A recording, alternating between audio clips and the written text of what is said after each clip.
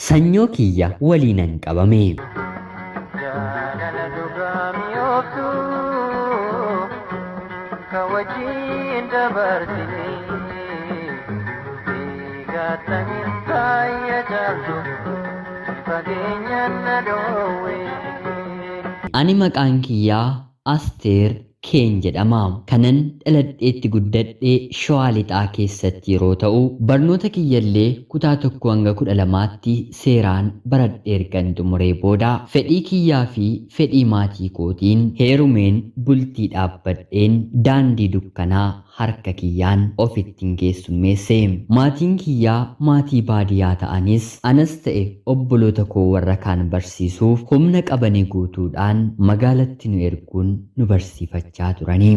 Maarreegaa kana ilaaluun obboloonni koo lama na dursan baratanii sa'aatii kanatti yuunivarsiitii irraa xumuranii hojiillee kan argatan yeroo ta'u, obboloonni koo ana booddee jiran lama immoo dubartootallee waan ta'aniif ergan barnoota addaan kutee heerumee isaanillee daandii kiyya hordofuun barnoota dhiisanii gara heerumaatti badanii. Yeroon barnoota kootiin kutaa 9ffaan ga'u ilma dhiiraan baree. Kunis ta'uu kan danda'e mana nuti kireeffannee gallu keessaa qarshii qusachuudhaaf jecha namootuma biyya tokkoo ollaa jennee shamarree fi dargaggoo waliin galluuni. Mana tokko keessa kan gallu nama 4 taaneeti. Dubartii 3 dhiira tokko. Mucaan inni dhiiraa fi dubarri tokko obbolaa haadhoodha.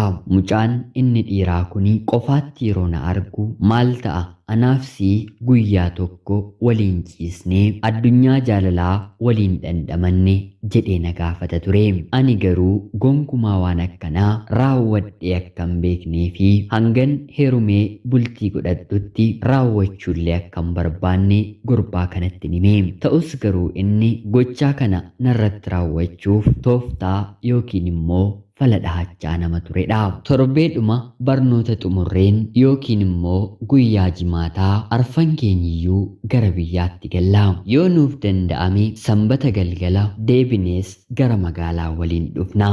Mucaan inni dhiiraa kun naaf bilbilee obboleettiin kiyya borin dhufa jettee koottu waliin haa qajeellu jedhee erga natti dhaamee booda anis qofaa kiyya deemuurraa isa waliin imaluun qaba jedheen lama taanee toora sa'aatii 10tti ganda keenyaa kaane. Deemsi ganda keenyaa hanga magaalaa bakka nuti barannu gahu sa'aatii 1 daqiiqaa 30 deemsisa. Anaa fi dargaggoon kun imala jalqabnee haa ta'utii garuu daandii walakkaa erga goonee booda miila kiyya na dhukkubee deemuun dadhabee al takkaa mana kana jala haa boqonnu jedhee dhuguma kan isa dhukkube natti fakkaatee qabeen ona tokko jala kaa'e. Jaalala dhugaa mi'ooftu kan wajjin dabarsine eegattaniin faaya jaaltu fageenyaan na dhoowwe. Naannoo sana horii yaa'an malee namni badaa hanga kanatti hin mul'atu. Miila kiyya na cabee bakka jedhee ergan sukkuumee fi booda toorri aduus yeroo sursuraa'u hundaafuu bakka kanatti namni nu argu hin jiru jechuun uffata koo ol narraa qabee fuula kiyyatti erga ukkaamsee booda harka isaa tokkoon harka koo lamaan harka isaa tokkoon immoo na kabalee ona sana keessatti erga na kuffisee booda haala jibbisiisaa ta'een kabaja koo narraa fudhate. Fedhii kiyyaan ala waan na ta'eef qaamni kiyya hedduu miidhame. Dhiigni na rukutee afaan kiyyaa fi funyaan kiyya keessaa yaa'ellee uffata koo akka jirutti balleesse. Sanaan booddee jalqabumaa galgalaa'eraatii akka namni nu argineef dukkaneeffannee gara manaatti galle. Erga sanaa booddee anis suusiin wal qunnamtii na qabee nama kana waliin dhoksaadhaan akka garaa kiyyaan ta'a. Barnoota kiyya kutaa 10ffaa yeroon baradhu si'a 2 ulfaa'een gadameessa koo keessaa daa'ima gadi baase. Innis sin fuudhu jedhee jala muree waan natti himeef kanan manaa ba'eef barnoota kootti cicheen kutaa 12 ergan gahee booda dhalataa ganda keenyaa kan ta'e buufata xiyyaaraa Itoophiyaa keessaa kutaa suphaa yookiin immoo meenteenaansii kan hojjetu dargaggoon tokko jaarsa gara maatii kiyyaatti ni ergata. Yeroo sanatti maatiin koo lakki amman ta'uu barnoota ishee barattee haa xumurtuu jedhanii sadidanis ani garuu nama kana waliin dursee walii galeen erga na fuutee booda na barsiistee daa'ima faa horannaa haala kanaan maatii kiyyallee hubachiisi jedheen jaarsi hubachiise. Sanaan booddee maatiin koo fedha kiyyas na gaafatanii dursee bilbilaan isa waliin fixee waan nan jiruuf tole jedheen guyyaan gaa'ilaas nuuf qabamee haala bareedaa ta'een konkolaataa hedduun firoottan kiyyas firoottan isaas bakka argamanitti abbaan koo haati koo abbaansaa haatisaa eessumooliin wasiilli adaadoliin bakka nu eebbisanitti gaa'ila ajaa'ibaan haadha manaaf abbaa manaa waliin taane jireenya baadiyyummaa keessaa baheen jireenya qananii kan sooressoonni televiizina keessatti argaman itti jiraatan keessan bu'ee dargaggoon ani itti heerume kuni konkolaataa manaa kan manaasaa mana dhuunfaa giraawundi pilaastuu fi mindaa ajaa'ibaa yoo namman dubbadhe amanuu hin dandeenye nama qabu ture. Namummaa isaatiinis baay'ee kan nama kabaju xiqqaafis guddaafis bakka taa'ee kan ka'u nama arge hunda kan jaallatu adda kan nama hin foone nama addaa ture. Haa ta'utii garuu jireenya koo keessatti wanta hundaa kana guutuu argadhus carraan ani mana sana keessa abbaa manaa koo waliin oolee bulu garuu torbeetti guyyaa lama yookiin immoo torbee lamatti guyyaa tokko yeroonni biyya alaatti deddeebi'u immoo baatii tokko baatii lamaafuu yeroon ani san arganne nan qaba. Hammam qabeenya isaa fi namummaa isaatti gammadduu ta'us yeroo dhabuun koo garuu shamarrummaa koo waliin qorumsa narra kaa'ee jireenyan ani jiraadhu natti bitaacheesse. Akkuman isatti heerumeen barnoota kiyya baradhee xumuruu jalqabeera. Innillee daa'ima godhachuu fi barnoonni waliin waan tan deemneef erga xumurtee booda naaf deessaa ilmaan horannaa anaan jedhee waan na tureef mana keessa dhiphina tokko malee barattuu ta'een bahee galaa jiraadha. Kana gidduutti garuu buufata xiyyaaraa Itoophiyaa keessa kan hojjetu nama naannoo biraa ta'e tokko waliin akka carraa wal barraa. Namni kun immoo mindaa xiqqaa fi yeroo boqonnaa hedduu qaba. Maarreegaa abbaan manaan koo yeroo hedduu mana hin oolu mitiire. Anis guyyaa tokko tokko manatti waameen waliin ooluu waliin haasa'uu booddee darbine immoo daandii sagaagalummaatti galle. Jaalala dhugaa mi'ooftuu kan wajjin dabarsine eegattanii faaya jaaltu fageenyaan na dhoowwe. Hin oolti hin bulti malee hattuun waa hatte hannas amaleeffatte guyyaan qabamtu jira mitiire.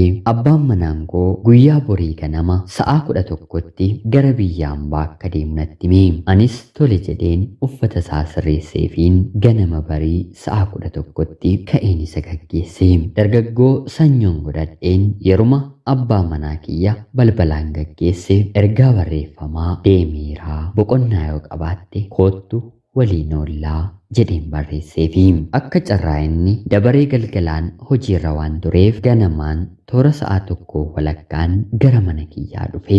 Akkuma durii keenyas waliin haasa'uu taphachuu eegalle. Akkuman dura isinitti hime manni keessa jiraadhu keessi isaa bal'aadha. Abbaan manaan kiyyas akka inni deemetti hin beeka. Haa ta'utii garuu toora sa'a 2tti anaa fi sanyoon koo sireerra otuu wal gaggalagalchinuu kutaa ciisichaa keessatti nu arge. Battalas dafee ofii bahee furtuudhaan nutti cufe. Kutaan keessa jirru foddaa qabaatus sibiilaan kan hidhamedha. Hanga furtuun banamtutti keessaa ba'uun hin danda'amu. Karaa foddaa naanna'ee deebi'ee yeroo nu ilaalu lamaan keenyu naasuudhaan qullaa qulqulluu keenya dhaabbannaa. Lafaa fi samii nu liqimsu dhabne. Abbaan manaan koo deemeera kanan jedhe yeroon balali'insaa guyyaa hin beekamneef jalaa jijjiiramee imala isaarraa hafeera. Kanaan booddee kan inni raawwate baay'ee nama ajaa'iba. Hiriyoota isaa miinjolii isaa magaalaa Finfinnee keessa jiran hundumaa waame. Abbaa fi haadha kiyyatti irree bilbiluun dhimma barbaachisaaf ammaaf ammatti wantan isin barbaaduuf amma dafaa na dhaqqabaa jedhee bilbilee waame. Hanga isaan dhufanittis biiraa gosa garaa garaa bituun hiriyoota isaa affeeree har'a jireenya koo keessatti wanta barbaachisu tokko isinitti hima jedhee gammachiisaa kolfaa erga dabarsee booda haatiif abbaan kiyya yeroo dhufan mana nurraa banee qaanii raajii ta'een hiriyoota isaa duratti anaa fi sanyoo kiyya qaanesse. Abbaan kiyya guyyaama sana ati dhala koo miti jedhee natti tufee deeme. Haati kiyya maaloo yaa ilma koo nuuf dhiisi jettee kadhatteeni. Haa ta'utii garuu yeroo sana waraqaa hiikaa qopheeffatee waan na tureef bakka hiriyoonni isaa jiranitti waliigaltee fuudhaaf heerumaa keenya kutuun har'aa kaasee ishee waliin hin jiru jechuun mallatteessee anillee mallatteesseefiin walirraatii adda baane.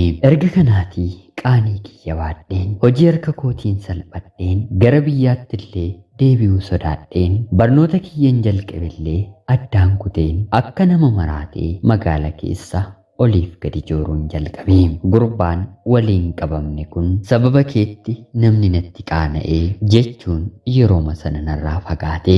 Namni waa'ee koo bare hundi raajii jedhee anatti quba qabe. Takkaa lama qoricha fudhadheen of ajjeesuuf illee yaalii goonaan harkuma koon iyyeen lubbuu kiyyallee baraare. Akkuma qulqullaa'an lafa kanarra jiraatu ani cubbamaan illee jiraachuu hin danda'a jedheen balleessaa kootiin of jajjabeesseen jireenya ittan fufee mana sana keessaa bahanii deebi'anii beeli'uurraa rabbi nama haa oolchu. Magaalaa Finfinnee keessa jiraachuun dadhabee hojii qacara miillee hojjechuu ittiin wallaalee booddee furmaata hinnaaf ta'a kan jedhe abbaa manaa koorraan adda baheen waggaa 2 booda gara biyya hambaatti imala koo taasiseen kunoo salphina koo isinitti odeessaan jira. Jireenya kamuu keessa ta'anii bakki kun guutuudha bakki kun immoo hir'uudha jechuun tarii dubbiif malee gochaadhaan namatti ulfaata. Kan natti hir'ate barbaacha daandii nani filadhee waaqaanis namaanis jibbamaadha. Hattuun hanguma qabamtutti rakkisti jedhama mitiire. Anis hangan qabamutti rakkise malee sanaan booddee taayitaa naaf kennamerraa darbatameen kanan duraan turerraa gadi bu'een qilee keessatti of hin arge. Waggaa ma'anii isarraa adda baheen abbaan manaan kiyya fuudhee ilmaan illee horateera. Ani kunoo sagaagaltuun garuu rakkoo harka kiyyaan ofitti nuumeen kushinaa biyya ormaa keessa jiraachaan jira. Gaafa badhaadhaan akkatti jiraatanuu nama dhabsiisa kan jedhan kunoo anarratti mul'ate. Ana obboleettii keessan Asteer kee bakka hin jirurraati. Ulfaadhaa nagayaatti galatoomaa. Jaalala dhugaa mi'ooftuu kawajin dabartini eegattanii taayya jaaltu fageenyaan na dhoowwe.